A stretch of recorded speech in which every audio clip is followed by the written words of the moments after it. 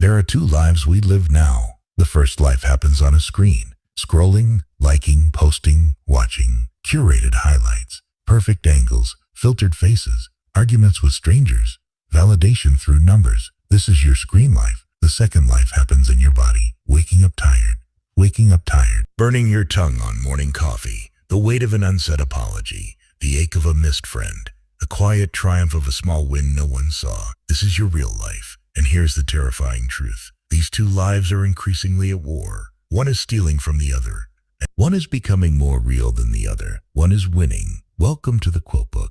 Today we are holding up a mirror. Not the polished, filtered mirror of your camera roll, but the ancient mirror of wisdom. We are going to examine quotes about authenticity, about presence, about reality. And we are going to hold them next to our screen-obsessed existence. The contrast will be uncomfortable. It will be revealing. And if you let it, it will set you free. Let us begin. Quote 1. The attention theft. The philosopher and poet Ralph Waldo Emerson wrote something in the 19th century that reads like a direct warning to the 21st. He said, "The thing we are doing is the thing that matters, but we are seldom where we are. Our minds are always in the future or the past. The present is a thin raft we barely stand on." Emerson was describing the human tendency to be mentally absent, but he could not have imagined the scale of our current absence. Today, we do not just drift into the future or past. We drift into a glowing rectangle. Consider your last meal with someone you love. Were you fully there, or was part of you waiting for the notification? Was the food photographed before it was tasted? Was the conversation punctuated by glances at a screen? Here is the brutal truth of screen life. It makes you a ghost in your own existence. You are present in body, but your attention, the most valuable thing you own, is leased to an algorithm designed to keep you scrolling. Real life happens in the moments between screens. The laugh that makes your stomach hurt. The eye contact that says more than words. The silence that feels comfortable, not awkward. Emerson is screaming across 2 centuries. Be where you are, because if you are always somewhere else, you are nowhere at all. The screen promises connection, but it delivers absence. The quote demands presence. The choice is yours. Quote 2. The authenticity crisis. The French philosopher and paleontologist Pierre Teilhard de Chardin wrote something deeply unsettling when applied to social media. He said, "We are not human beings having a spiritual experience.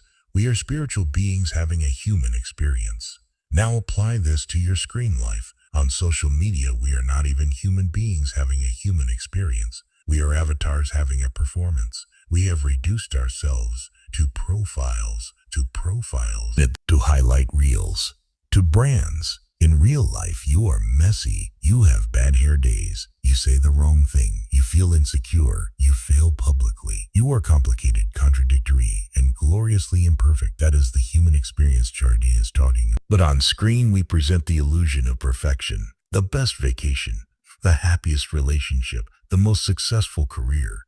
We have become curators of a museum where the exhibit is a fake version of ourselves. Here is the damage. When you spend hours curating a perfect screen self, you begin to resent your real self for not matching it. You look in the mirror and see flaws that no one in real life would notice. You measure your ordinary Tuesday against someone else's Saturday night highlight reel, and you come up short every single time. Chardin reminds us that we are here for something deeper, for spiritual experience, for genuine human connection, for love, for growth, for struggle, for transcendence. None of that happens in the comment section. None of that happens through a screen. The quote calls you back to your body, back to your breath, back to the messy, beautiful, unfiltered reality of being alive. Your screen self is a ghost. Your real self is a miracle. Do not confuse the two. Quote 3. The comparison trap.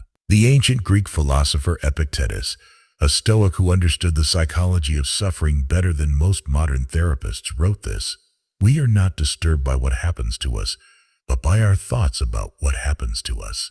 This is a master key to understanding screen life. Because what is social media if not an endless stream of what happens to others and our thoughts about it? You see a vacation photo. You are not disturbed by the photo itself. You are disturbed by the thought, why am I not there?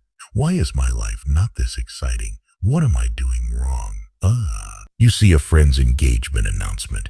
You are happy for them, but then the thought creeps in, When will it be my turn? Am I falling behind? You see someone's career success, the achievement post, the award, the promotion, and the thought arrives, I'm not enough, I'm not doing enough, I'm failing. Epictetus would look at your screen life and say, you are doing this to yourself. The algorithm shows you the event, but your mind supplies the suffering, and the algorithm knows this. It is designed to provoke the thoughts that keep you scrolling, comparing, wanting, hurting. Because a hurting user is an engaged user. A satisfied user closes the app. Real life, by contrast, has no algorithm. In real life, you measure yourself against your own values, your own progress, your own small victory. In real life, your neighbor's new car does not appear in your peripheral vision every 3 seconds. In real life, you can simply be without the constant reminder that others are being differently. The quote is a lifeline. When the comparison thoughts come, and they will, remember, you are not disturbed by the post. You are disturbed by your thoughts about the post. And your thoughts are yours. You can question them. You can release them. You can choose not to board that train. This is freedom. Not from the screen, but from the suffering the screen exploits. Quote 4. The solitude deficit. The poet and novelist Anais Nin wrote something that captures what we have lost to constant connectivity. We do not grow by knowing everything. We grow by sitting in silence, by letting the unknown touch us. Screen life is the enemy of silence. It fills every empty moment. Waiting for coffee, scroll. Commercial break, scroll. Lying in bed, scroll. Restroom break, scroll. We have become so addicted to input that we have forgotten how to simply sit. And Nin warns us, growth does not happen in the noise. It happens in the quiet, in the moments when nothing is demanded of you, when you are not performing, not consuming, not reacting. When you are just there.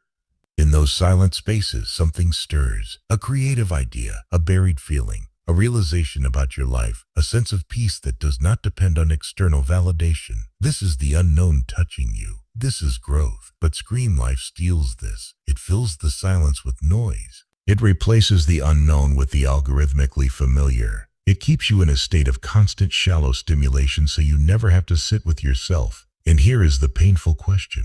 Why are we so afraid of silence? What are we running from? What might we discover about ourselves if we just stop scrolling for 5 minutes? Real life has pauses. Real life has boredom. Real life has moments when nothing is happening. And in those moments, something is always happening beneath the surface. Something is said. The quote invites you to protect your silence, to leave gaps in your day unfilled by screen, to let yourself be bored until something real emerges. This is not easy. The screen will call to you. It will promise relief from the discomfort of silence, but that relief is a trap. The silence is where you find yourself. Quote 5. The quantity of connection. The writer and speaker Brené Brown, after decades of research on human connection, said something devastating about our digital age. We are biologically, cognitively, and spiritually wired for love and connection, but we have replaced connection with digital communication, and we are starving. Think about that. Starving. Not for food, for genuine human connection. Screen life gives us the illusion of connection. We have hundreds of friends, thousands of followers, endless messages. But how many people could you call at 3 a.m. with a real crisis? How many people truly know your story, your struggles, your secret hopes? How many people have seen you cry? Real life connection is messy. It requires time. It requires vulnerability. It requires showing up in person with your full attention. It requires sitting with someone in their pain without offering solutions. It requires being known, which is terrifying. Screen connection is clean. You can curate your sharing. You can pause before responding. You can exit anytime. You never have to see the impact of your words on a real face. It is connection without risk, and therefore it is connection without depth. Brown's research is clear. We are lonelier than ever despite being more connected than ever. The loneliness is not because we lack contact. It is because we lack presence. We are touching screens, not hands. We are reading words, not faces. We are exchanging information, not sharing humanity. The quote is a diagnosis, and like any good diagnosis, it points toward the cure. We must deliberately, intentionally, stubbornly prioritize real connection. The awkward dinner, the uncomfortable conversation. The hours spent with someone you love, without a screen in sight. This is not efficient. It is not scalable, but it is the only thing that feeds the hunger. Screen life offers a photograph of a meal, Real life offers the meal itself. You cannot survive on photographs. Quote 6. The Memory Thief. The writer and philosopher Henry David Thoreau, living simply by Walden Pond, observed something about the relationship between experience and memory. He wrote, "We are in great haste to construct a magnetic telegraph from Maine to Texas, but Maine and Texas, it may be, have nothing important to communicate." Thoreau was talking about the technology of his day, the telegraph, but he could be talking about Instagram. About the frantic haste to document, share, broadcast. He asks the uncomfortable question, do we actually have anything important to say? Apply this to your screen life. How many moments do you spend documenting rather than experiencing? The concert filmed through a phone screen. The sunset photograph from 17 angles. The meal arranged for the perfect shot, then eaten cold. We have become so obsessed with creating memories for the screen that we forget to actually live them. We want proof that we were happy, so we spend the happy moments arranging the proof. And then later we scroll through the proof, wondering why the memory feels hollow. Thoreau would say, put the device down. Be fully in Maine while you are in Maine. Let Texas be Texas. The telegraph, the internet, the screen. These are tools, but they have become masters. They have convinced us that an experience unshared is an experience wasted. This is a lie. The most precious moments of your life will never be photographed. The embrace that mended a broken heart. The laughter that made you cry. The silence between two people who understand each other completely. These are not for the screen. They are for you. Real life happens in the body, not in the cloud. And the body remembers without photographs. The body holds joy and pain in ways no algorithm can replicate. Trust your body to remember. Stop outsourcing your memory to a server farm. When the script is forgotten, when you are just yourself with no audience, no judgment, no performance, this is where rest happens. This is where authenticity lives. This is where you remember who you actually are beneath the roles. But screen life has blurred the boundary. The stage has invaded the backstage. We perform our breakfast, our workouts, our relationships, our pain. Nothing is private anymore. Nothing is just for us. Shakespeare's insight reminds us, the performance is only part of life. The actor needs to leave the stage. The mask needs to come off. If you are always performing, you will never know who you are when the applause stops.